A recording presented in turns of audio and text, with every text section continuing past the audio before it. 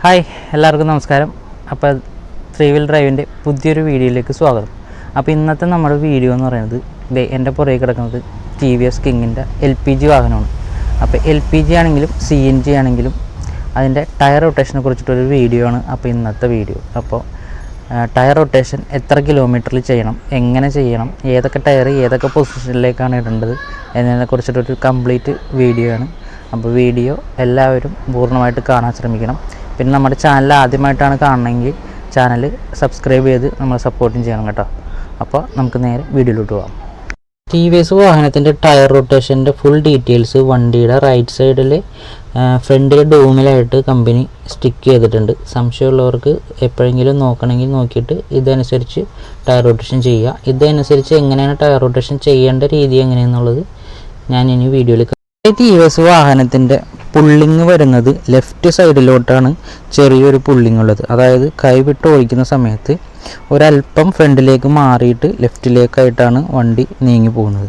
അപ്പോൾ ആ ഒരു കണ്ടീഷനിൽ വണ്ടിക്ക് വരാവുന്ന ടയറിൻ്റെ തേയ്മാനത്തെ കൺട്രോൾ ചെയ്യാനും പിൻസെറ്റിനും ബെയറിങ്ങിനും കംപ്ലൈൻറ്റ് വരാതിരിക്കാനും വേണ്ടിയിട്ടാണ് കമ്പനി ഇങ്ങനെ ഒരു ടയർ റൊട്ടേഷൻ സെറ്റിങ് ചെയ്തിട്ടുള്ളത്. അപ്പോൾ ആ ഒരു ടയർ റൊട്ടേഷൻ സെറ്റിങ് എങ്ങനെയാണെന്നുള്ളത് പറഞ്ഞുതരാം. അപ്പോൾ ഫസ്റ്റത്തെ നമ്മൾ സ്റ്റെപ്പിന് എടുക്കുക. സ്റ്റെപ്പിന് എടുത്തിട്ട് ലെഫ്റ്റ് സൈഡിലെ ടയറിലേക്ക് സ്റ്റെപ്പിന് മാറ്റാം.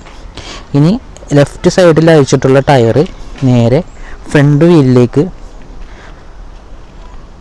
ഇടണം. ഇട്ടിട്ട് ഫ്രണ്ട് വീലിലെ ടയർ നേരെ റൈറ്റ് സൈഡിലേക്ക് മാറണം. റൈറ്റ് സൈഡിലേക്ക് വേണം നമുക്ക് ഫിറ്റ് ചെയ്യാനായിട്ട്. ഇനി റൈറ്റ് സൈഡിൽ കിടക്കുന്ന ടയർ വേണം സ്റ്റെപ്പിനിലേക്ക് പോകാനായിട്ട്. ഇത് എല്ലാ 5000 കിലോമീറ്ററിലും ഇതേപോലെ റൊട്ടേഷൻ ചെയ്യണം. ചെയ്യുമ്പോൾ ടയറിൻ്റെ എയർ പ്രഷറും കറക്റ്റ് ചെക്ക് ചെയ്ത് കറക്റ്റ് ചെയ്യേണ്ടതാണ്. ഫ്രണ്ടിലേക്ക് വരുന്ന ടയറിൻ്റെ എയർ പ്രഷർ എന്ന് പറയുന്നത് 32 പ്രഷറാണ് വേണ്ടത്. ബാക്കിലേക്ക് വരുമ്പോൾ 38. ഡീസൽ വണ്ടികളിൽ 40ഉം 35ഉമാണ് കമ്പനി പറഞ്ഞിട്ടുള്ള അളവ്.